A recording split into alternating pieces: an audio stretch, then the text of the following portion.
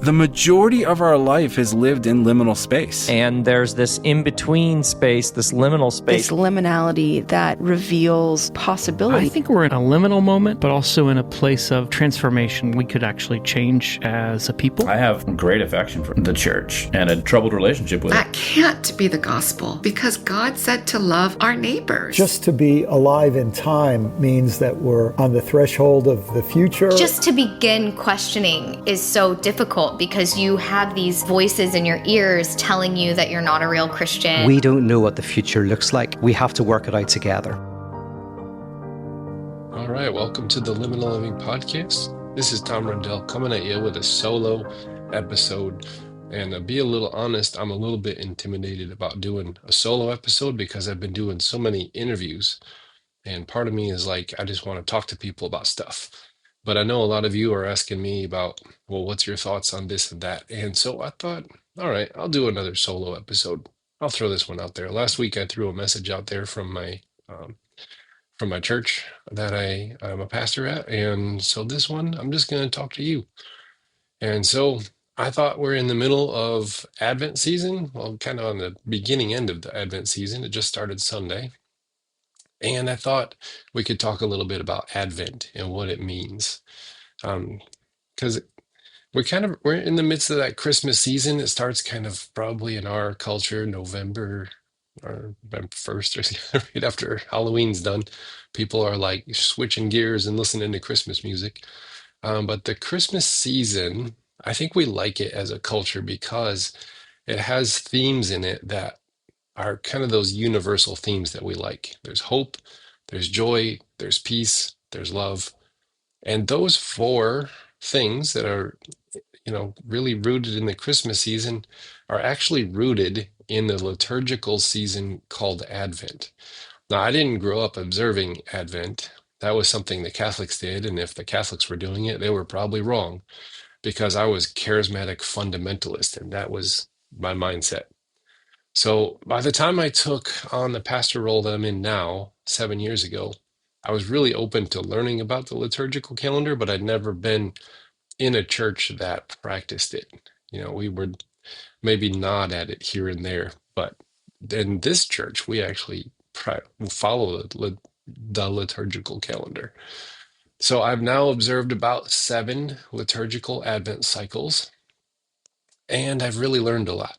One of the things I like about the liturgical calendar is that I don't get to just hammer people over the head with whatever I'm passionately angry about or excited about. I'm given like a calendar and there's readings and you go through the readings. And so I submit myself to the calendar and I learn a whole lot of things during that. And I have done now 7 Advent cycles and yeah, I've learned a lot. Now there's 4 Sundays in Advent. And then there's one that is like Christmas Eve or Christmas Day, traditionally. And a lot of churches have like an Advent wreath, and there's 5 candles. And every Sunday they light another candle. It's a progressive candle lighting.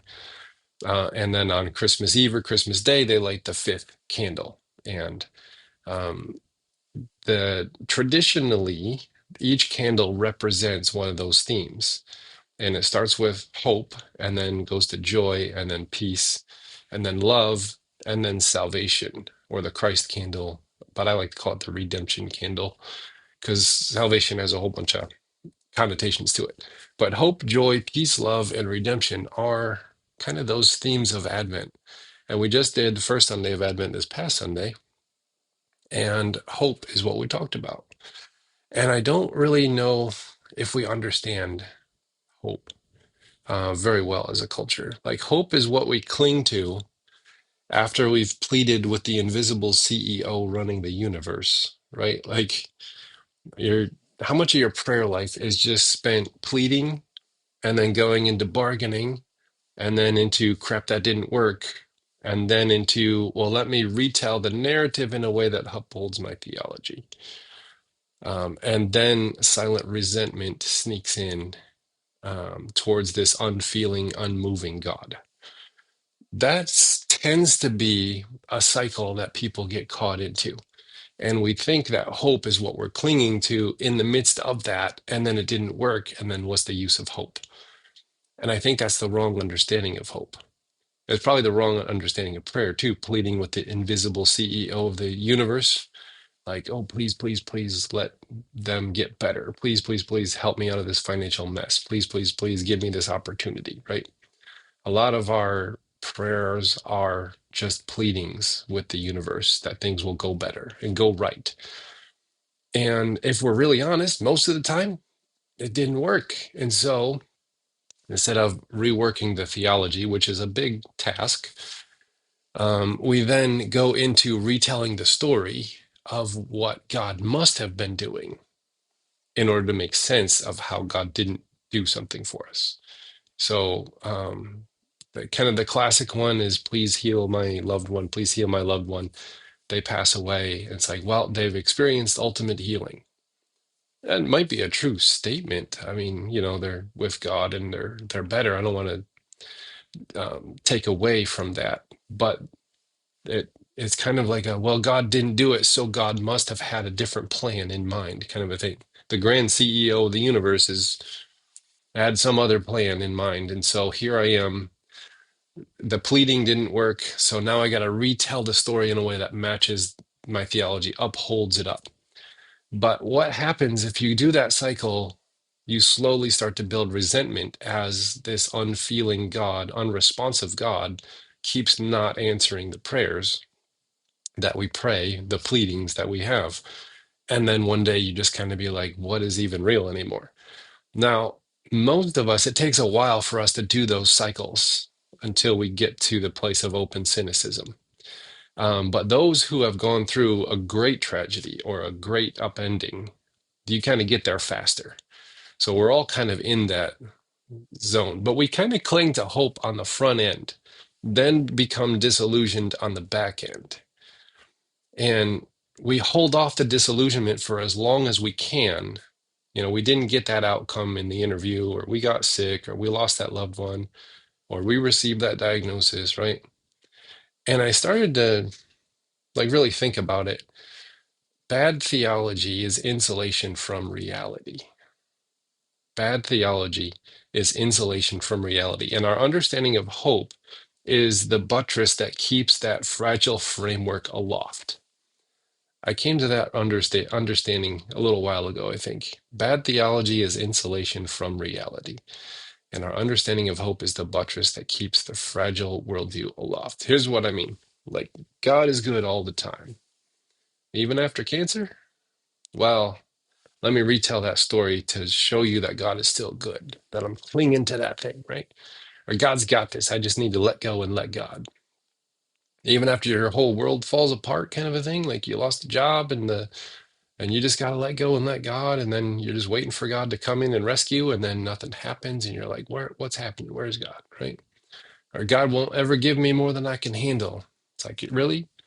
Even after the trauma stacks up and your body breaks down, like, still you're going to say the things. Now, there might be some truth in those statements. I believe that God is good.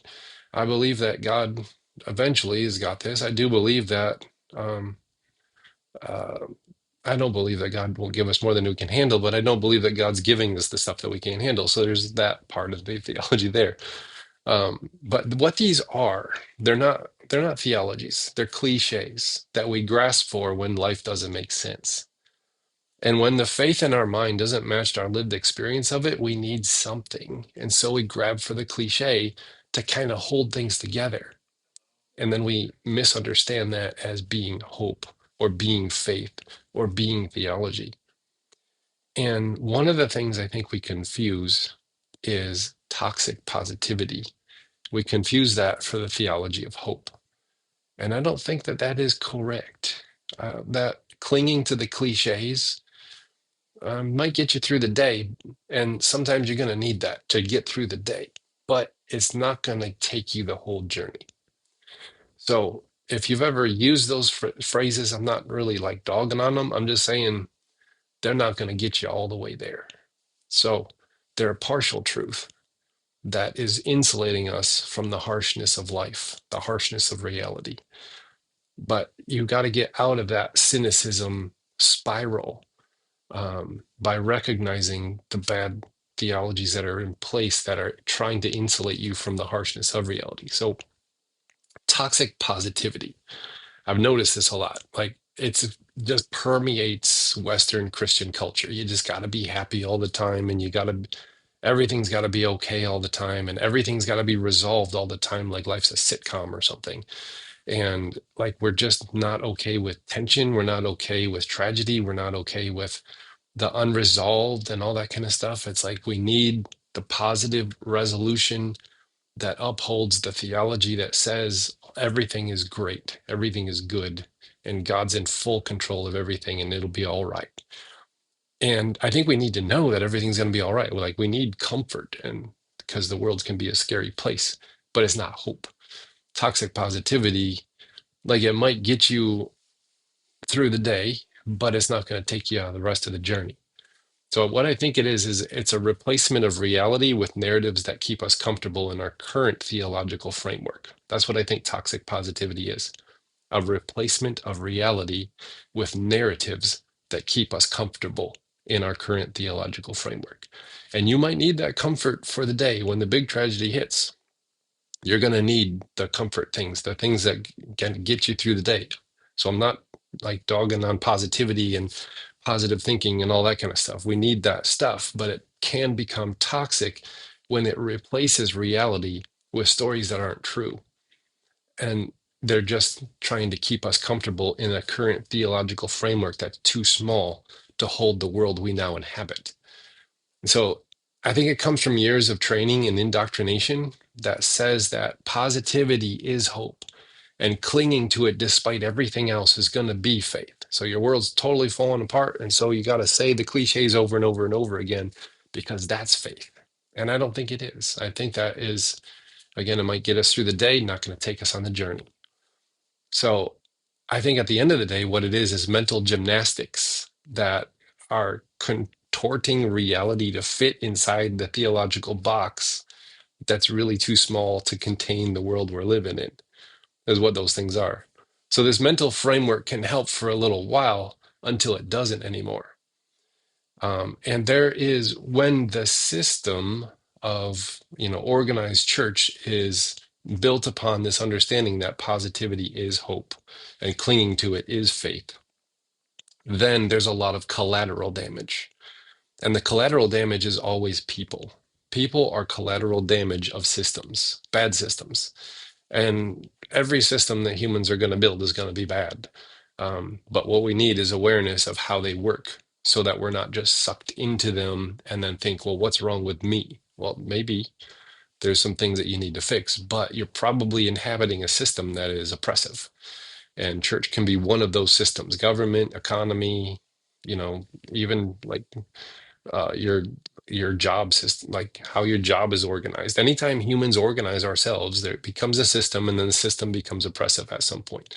And when a church system is built around toxic positivity as hope and clinging to it as faith, the collateral damage is always people.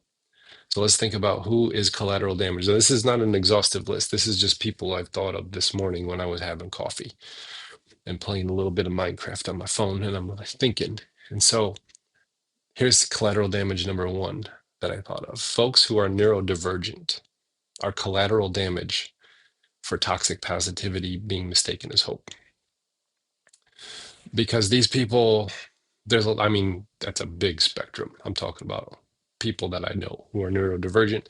They have a hard time just agreeing with something that they experience as false. They can't inhabit, like neurodivergent people have a broader radar. And they see more things and they feel more things and they experience more things than typical neurobrains.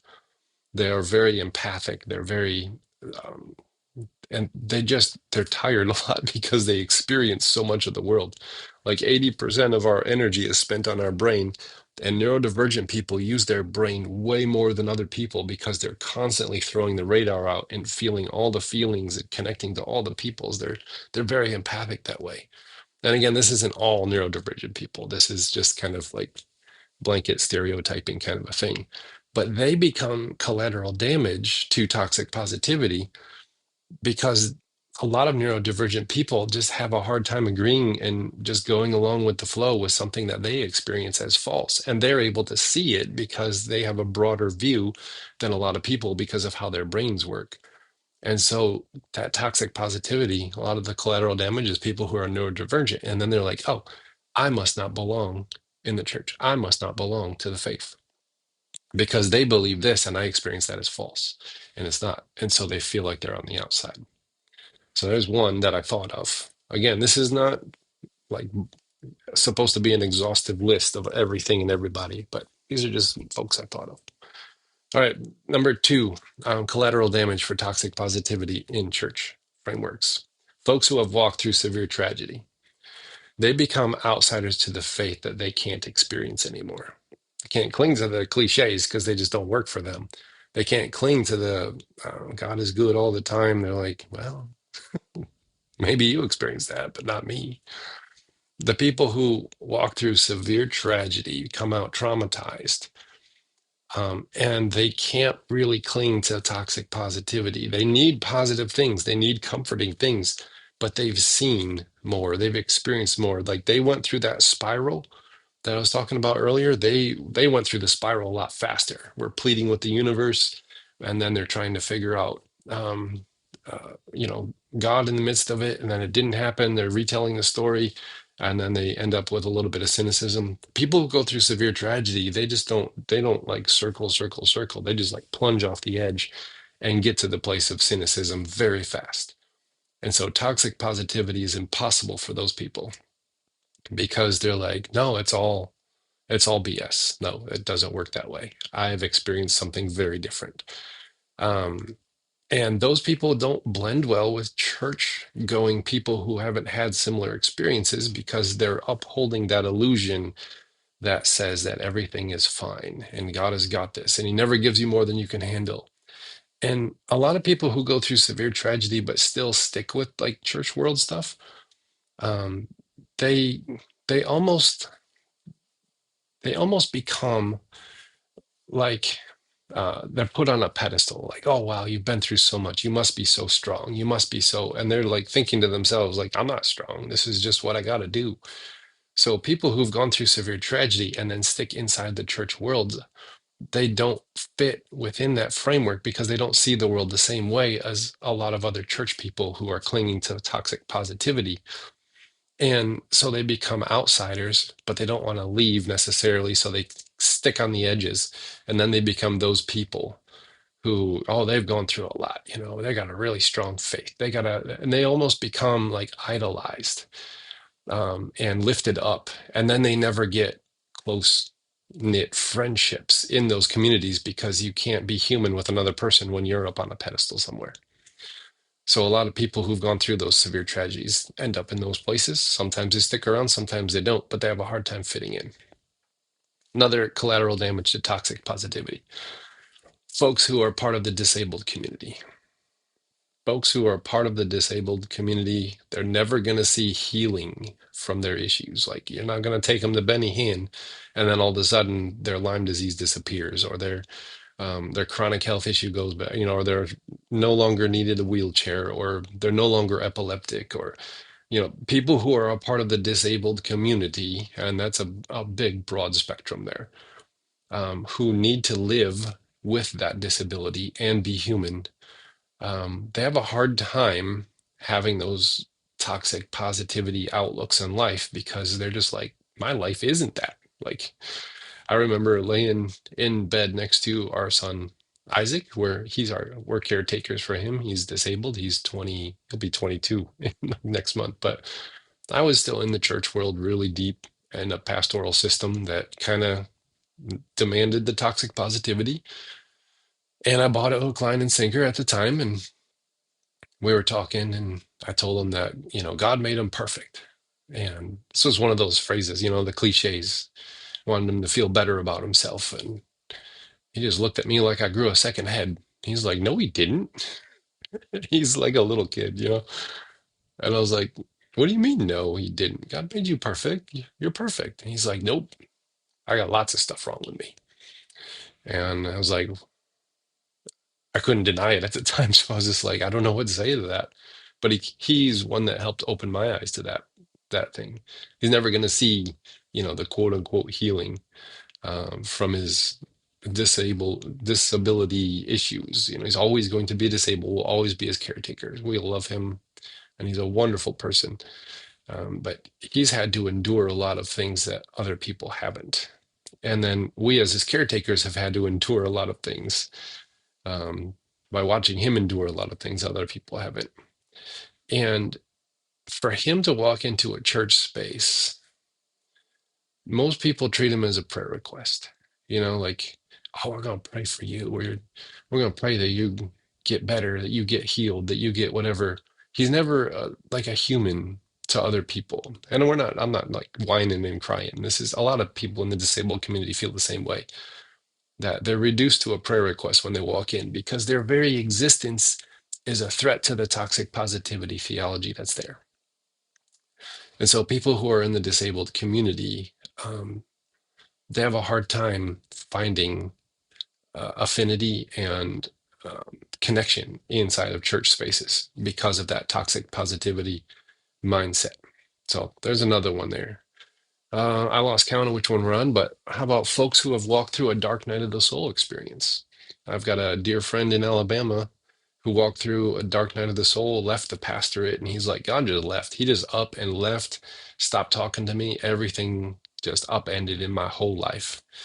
And, I walked with him for many a years while he was trying to rebuild his life, his career, his faith, his understanding of God and everything. And I've learned a lot from him, and he's learned some stuff from me. But that dark night of the soul is real, y'all. Like, and it is a thing that's a solid theology in the Christian tradition, that sometimes the presence of God dries up and leaves, and you're just left wondering, like, what did I do wrong? And so folks who go through that dark night of the soul, I talked about dark night of the soul a little bit with Chuck DeGroot a little bit ago, so you can go look that one up if you don't know what that experience is. But folks who go through that experience with God end up in a place on the other side that is just impossible to embrace toxic positivity. You can't do it anymore. And so they have a different theological framework altogether, and they don't really fit inside of churches. They're like, wow, this is so shallow. The songs are so shallow. The teaching is so shallow. And they end up, and all these people, the disabled community, the dark night of the soul community, the neurodivergent community, those who've gone through severe tragedy. There's others too, just people who are just more empathic than other people. They just see and feel things more. They might not be in the neurodivergent area, but there's more people, and you're probably feeling some of that yourself. Like, oh yeah, you're talking about me. But those who reject this form of the faith are not rejecting the faith. And they're rejecting a pop psychology disguised as theology. It's a framework that's too small to contain their experience. Those are the people there. And in all honesty, like, if toxic positivity is as big as hope gets, then our faith is just a mocking dream of their experience that they cannot participate in. And that's why a lot of people who go through these experiences, I think it's like 95% of the disabled community does not attend church. Like, they have a hard time engaging in it. For more than reasons than just it's a hard time to, get into toxic positivity clubs, but sometimes it's just a hard thing to get out the door, and churches are not always like disabled friendly, for like they're wheelchair friendly and all that kind of stuff. But really, if that's as big as hope gets, is those cliche sayings, then our faith is a mocking dream of those people who cannot participate in that. And so I don't think that is hope. I don't think so. Hope is different from toxic positivity. Now, as I said, we started Advent this last Sunday, and Advent starts in a weird way. I say it every year. Like, what does that have to do with Advent and Christmas? But it starts usually with an apocalyptic saying of Jesus. Matthew 24, 36 through 44 was this past week. And that's the passage, probably, if you grow up in church spaces, you know it, like, nobody knows the hour and the day which the Son of Man will come back. No, the angels in heaven don't know, and neither does the Son, but only the Father. And then he says, stuff like, "For as the days of Noah were, so will they be when the coming of the Son of Man.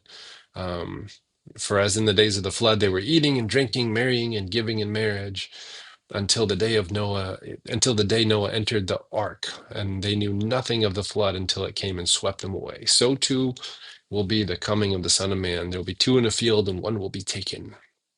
There'll be one left behind." Ooh. "So therefore keep awake, and you don't know the day and the hour which your Lord is coming. But understand this, if the owner of the house knew what time the thief was coming, then he would have prepared and would not have been robbed." Merry Christmas. Like, what the heck is going on here? Like, every year I say it, like, this is a strange way to begin the Christmas season. We're decorating Christmas trees and putting up ornaments, and everything looks green and fresh and pretty. And then it's like, and apocalyptic sayings are the way we start Advent every year, every single year.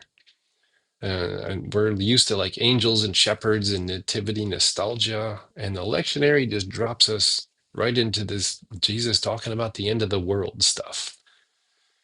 And I don't, that's hope. Somewhere in that scripture passage has got to be a picture of hope, because we're lighting the candle of hope after reading an apocalyptic saying about the end of the world.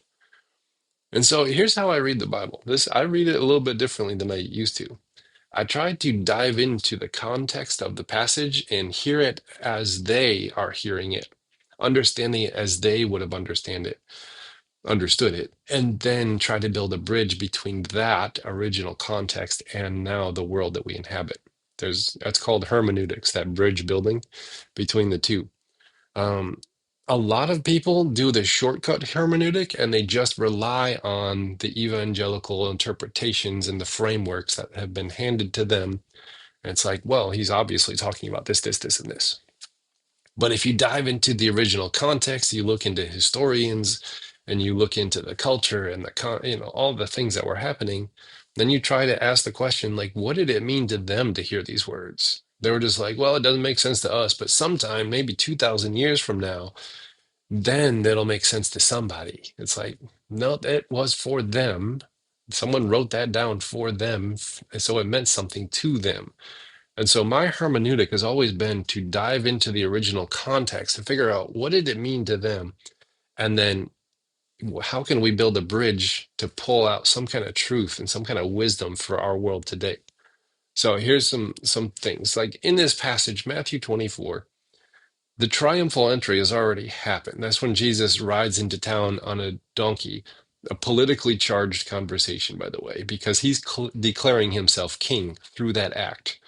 The whole Palm Sunday thing was them declaring himself as king. And they believe the Messiah, according to N.T. Wright, would do three things: that he would claim the throne and get that false King Herod out of there. He would cleanse the temple and get all of the corrupt religious systems out of there. And then he would rally the people in a military rebellion against Rome so that they can become a sovereign nation again. That was the three things that everyone believed the Messiah was going to do. And they all had their specific takes on it. So when Jesus rides into town on the donkey, he's starting that conversation like, oh, the Messiah is here. He's claiming the throne. Next thing he should do is cleanse the temple. What does he do next? He walks right into the temple. He throws over the money changers' tables. He clears out the temple. There's a whole sermon in there. If you want to go down that road, you can. But he claimed the second thing, and everyone is shouting, Hosanna, Hosanna. And the Hosanna was the battle cry of the Maccabees that drove the Greeks out of their land. They had this whole guerrilla warfare thing. And so them shouting Hosanna and the Pharisees freaking out, and he's saying, would you quiet your followers down? They're going to kill us all. The Romans are going to come kill us all. During the Passover, when all the people, like the town of Jerusalem, grew from like 30,000 people to maybe up to 750,000 people. And so everyone is this politically charged. There's lots of people there. Everyone's ready to take up arms against Rome. And Jesus does the first two things, fails to do the third thing. Everyone gets mad at him and they shout, crucify. Now, this end of the world passage comes after he claims the throne and cleanses the temple. And then he's walking around Jerusalem, and his disciples are like, wow, look at these buildings. They're beautiful. And look at that temple. It's glorious. And Jesus looks at it and he's like, actually, that's going to be destroyed. Rome's going to come in here, and not one stone will be left on another. They're going to just level the ground of this place. And then they're like, when's that going to happen? That's the question they ask. When's that going to happen? And Jesus responds with a whole bunch of apocalyptic sayings that is kind of part of this passage here that we read, is part of the apocalyptic response to when is that going to happen.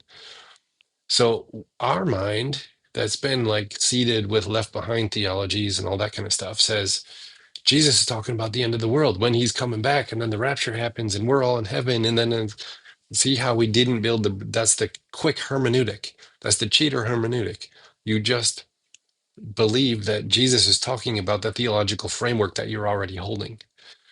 And most of the time it doesn't, because there's a whole culture, there's a whole political conversation, there's an economic conversation, there's a religious conversation that's happening in the world at the time. And so Jesus saying those things, he's not talking about the end of the world. He's talking about the end of their world. He's like, when you see these signs, head for the mountains. Why do you tell them to head for the mountains? Because there's cities in the mountains that they could go to, and then they're going to have to rebuild something because the temple will be destroyed. And the temple was the center of their religion, of their governance, of their economy, of their history, of their identity. It was everything. It was everything to these people.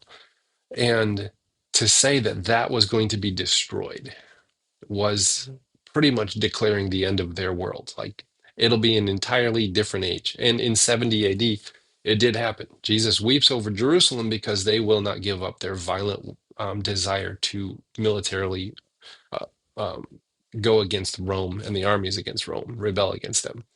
And he weeps and says, man, that mindset's going to kill them all. And so he says, yeah, this temple will be destroyed because of that mindset that they have. So this is not predicting the end of the world, but the end of their world. And so he's saying that you're going to have to rebuild something around tables. You're going to have to rebuild something around inclusiveness. So you can notice here that this passage is kind of apocalyptic. It's a kind of like, oh my gosh, what's going on here? This is not a like, hey, he didn't say, but God got this. Don't worry about it. It's going to be good. Because hope is not a denial. Hope is not some fear-based end time speculation. Let's try and predict when this is going to happen kind of a thing. No, hope is not a denial of the reality that we inhabit, but a full showing up in whatever is happening right now. And hope is awareness both of reality and potential. So it sees the reality of the moment you're in. It sees the things that are very difficult.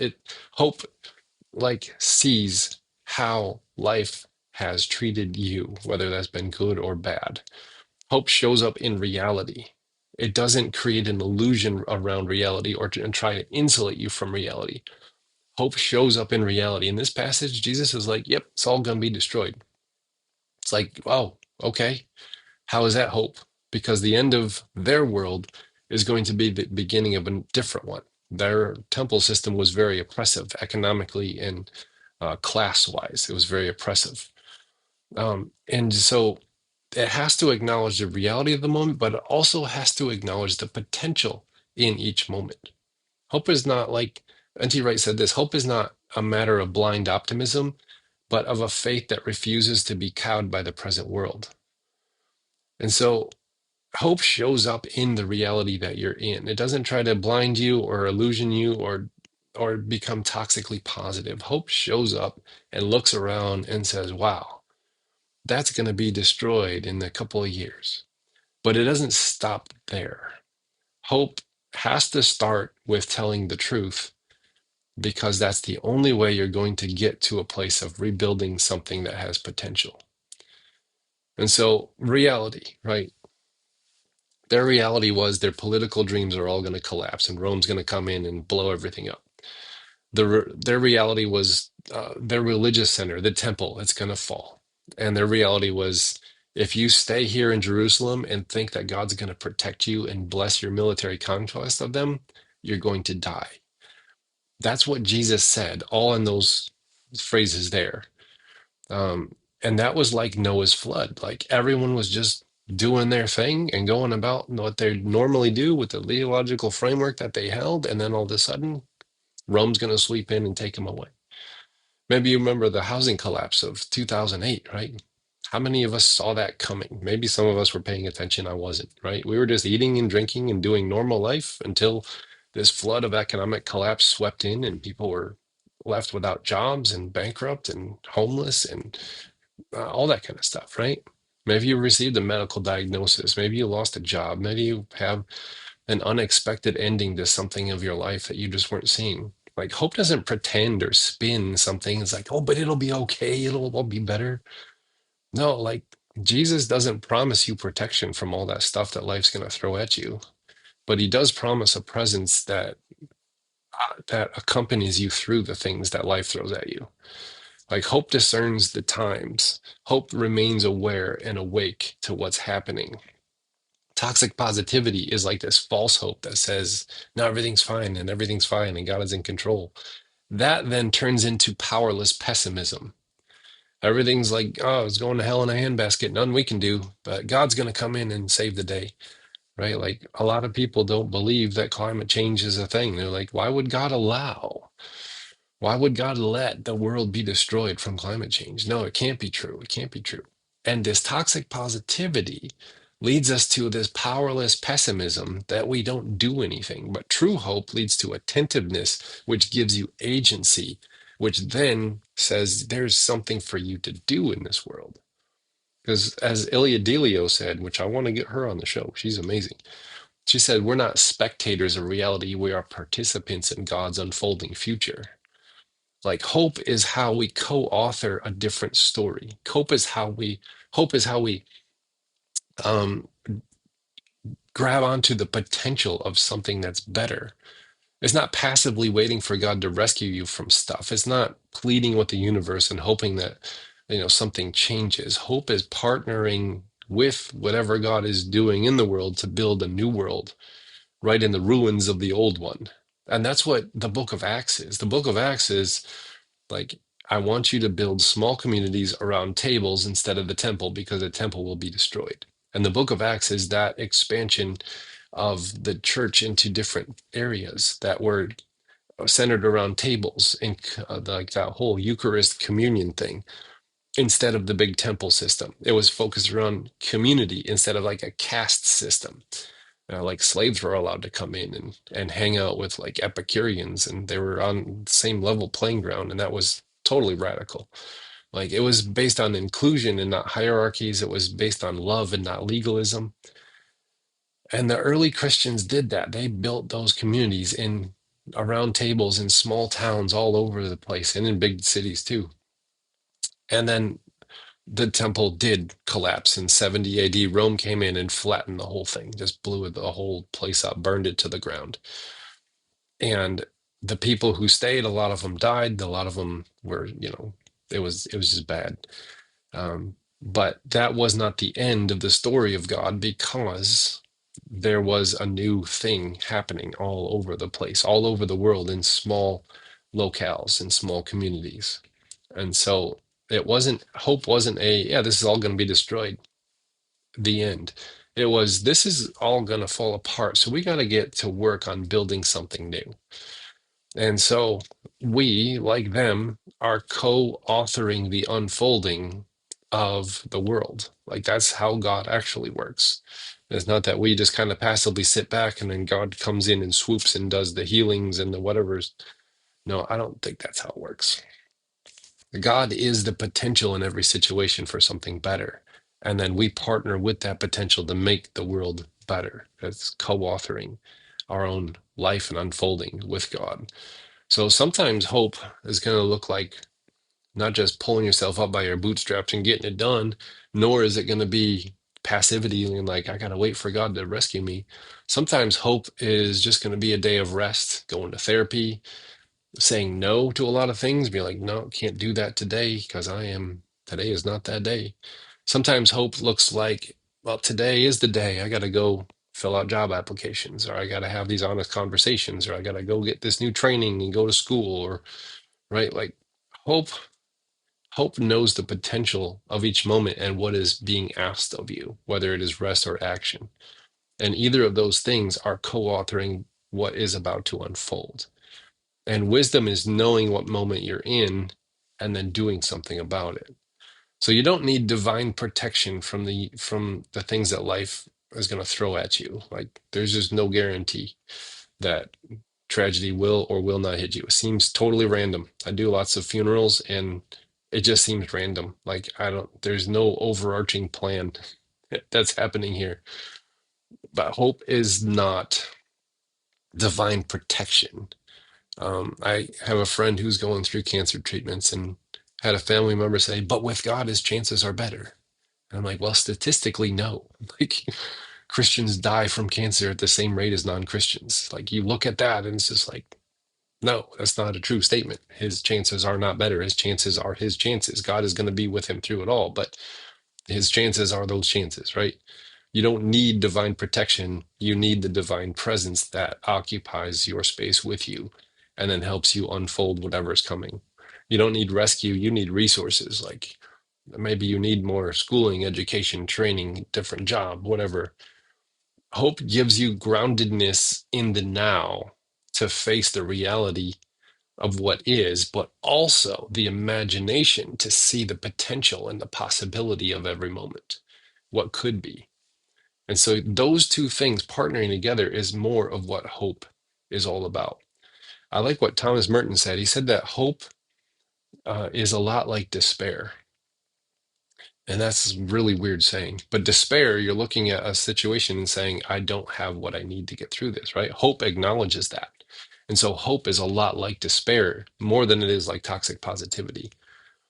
But hope actually has to travel through despair to get to the hope on the other side. You can't bypass your way around despair. You have to travel through it, and hope travels through despair. I like what Howard Thurman says, hope is born when the human spirit confronts despair and refuses to be defeated. That's what it's all about there, like a refusal to give up. And so we all have this imagination, like, I just wish the world was this way. Like that's our imagination at work with hope. And if that picture in our mind is grounded in reality, but also the divine presence that occupies the space with us and the potential that exists, we have a more healthy imagination and picture of what the world could be. And then we can actually work with God in the unfolding of the universe. So that is my thoughts on hope. I hope they were helpful. I just said hope. I hope my thoughts on hope were helpful for you. I hope it finds you in a place that is, I don't know what I hope. I guess I can't, my imagination is not working for you, for somebody I can't see. This is the hard part about just being a talking head on a video for 40 minutes. But I hope this finds you well, and I hope that the divine presence guides you into new possibilities and that you can co-author something great and wonderful this Christmas season. So that is everything I got for you. So peace out. I'll see you next week. I think we're talking about joy, and how joy is not just happiness, but something else. So yeah, I'll see you then. And thanks for listening to me rant for a while.